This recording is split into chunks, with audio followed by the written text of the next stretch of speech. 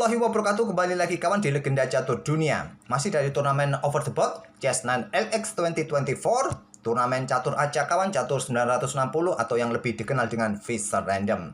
Diikuti oleh 9 Grandmaster Amerika Serikat dan ada legenda hidup Garry Kasparov. Jadi total pemainnya 10 pemain dengan sistem round robin, kontrol waktu 20 menit menggunakan permainan Fisher Random atau catur acak catur 960.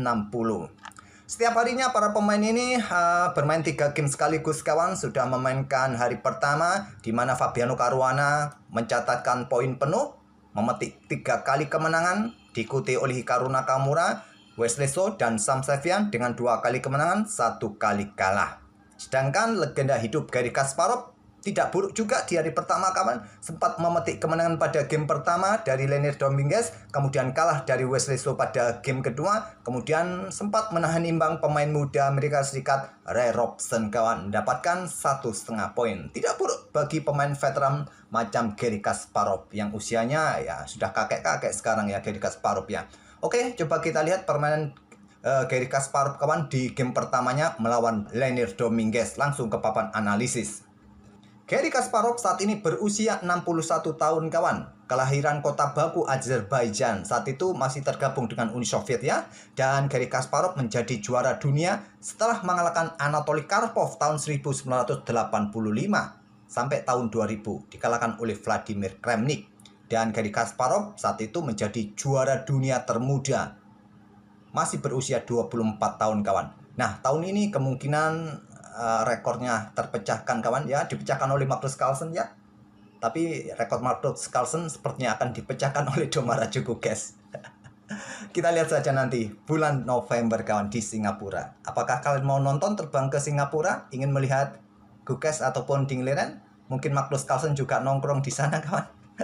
Oke, ke permainan. Coba kalian lihat acakannya sedemikian rupa. Coba kalian cari apakah ada pion yang tak terlindungi kawan. Kita sisir mulai dari sisi kiri papan. Di sini aman, di sini aman, aman, aman, aman. Nah, ini ada kuda ya yang melindungi. Di sini aman. Nah, di sini kawan yang tak terlindungi di lajur H. Posisi menteri kurang nyaman bagi menteri berada di pojok kawan. Idealnya ya berada di pusat agar pergerakannya lebih luas ya. Ya, menteri kalau ingin keluar lewat diagonal panjang ini atau lewat lajur A ini kawan. Buka dulu pion nanti. Kita lihat apakah akan dibuka. Langsung Dominguez mengawali dengan pion D4, pion D5 dari Garry Kasparov. Kuda D3, kuda D6, ada pion B3 kawan, buka akses bagi menteri ataupun gajah juga walaupun punya diagonal yang sudah terbuka tadi setelah pion D4. Garry Kasparov dengan kuda G6-nya dan pion F3 untuk pertarungan di peta E4 jelas kawan. Kalau engine menyukai dengan kuda G3, pion G3 atau cukup dengan pion E3. Pion F3.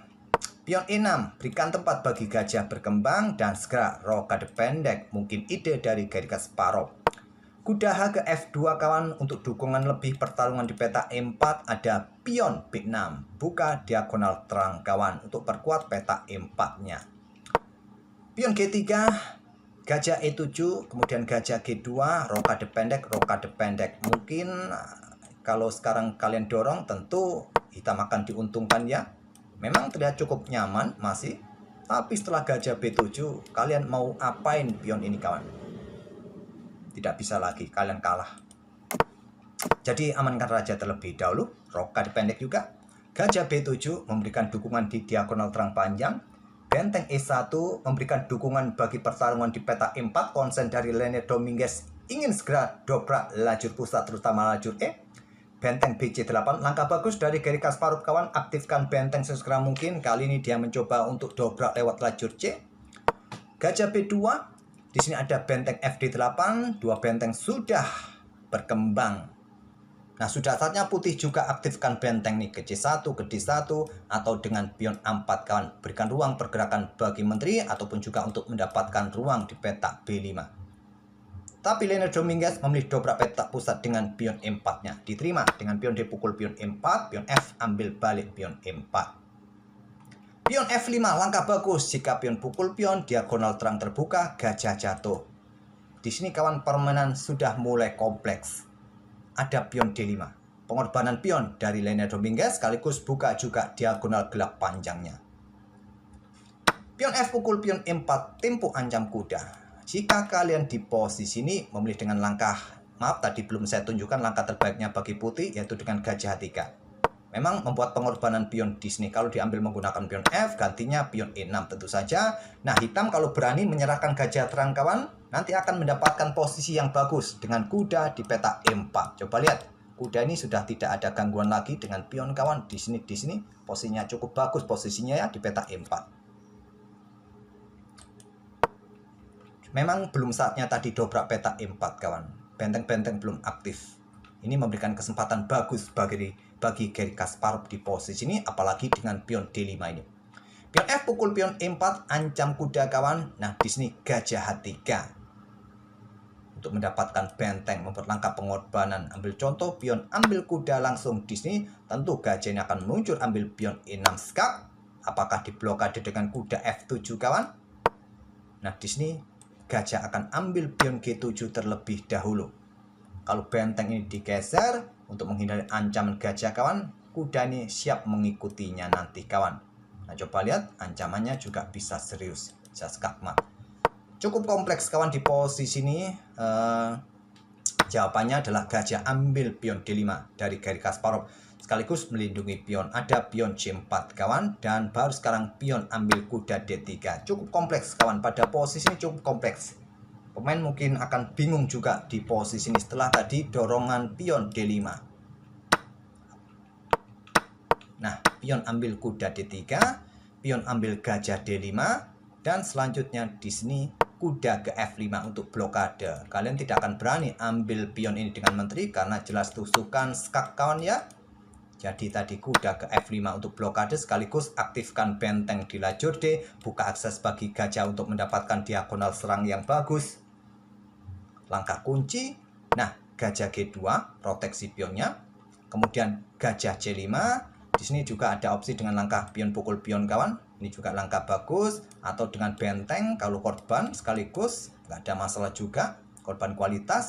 Tapi gajah C5 untuk pin kuda di sini. Nah, ada pion B4, ancam gajah atau defleksikan posisi gajah dan persiapan discover juga pada menteri nanti.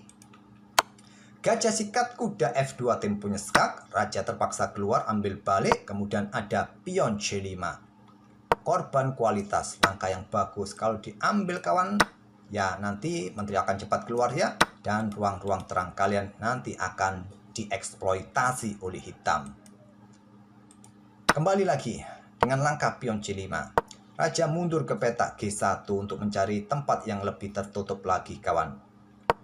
Ternyata tidak mampu dimanfaatkan oleh Lene Dominguez dengan langkah discover attack pada menteri ini. Ya, menteri akan ke peta B8 mungkin. Tidak mau ambil pion, memilih raja mundur ke peta G1.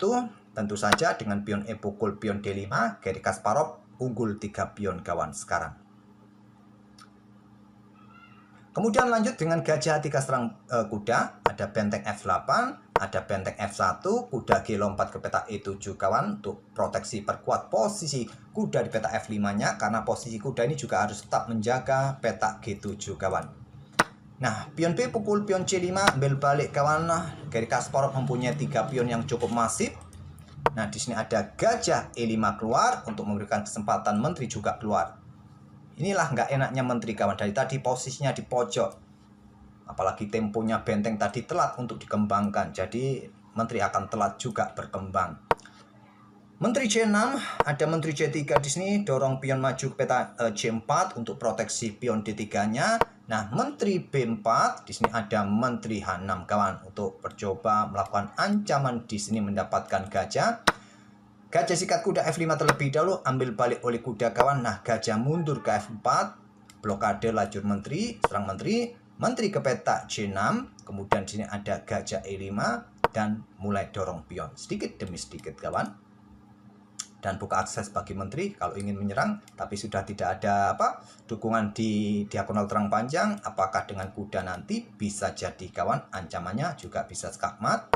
Nah, menantap pertukan menteri, terjadi pertukan menteri kawan, tanpa menteri sekarang di langkah ke-31, sudah bisa menusuk ke baris ke-7, tapi dengan adanya kuda kawan di sini cukup merepotkan, atau juga bisa langsung ditantang dengan benteng F7 nanti ke depan.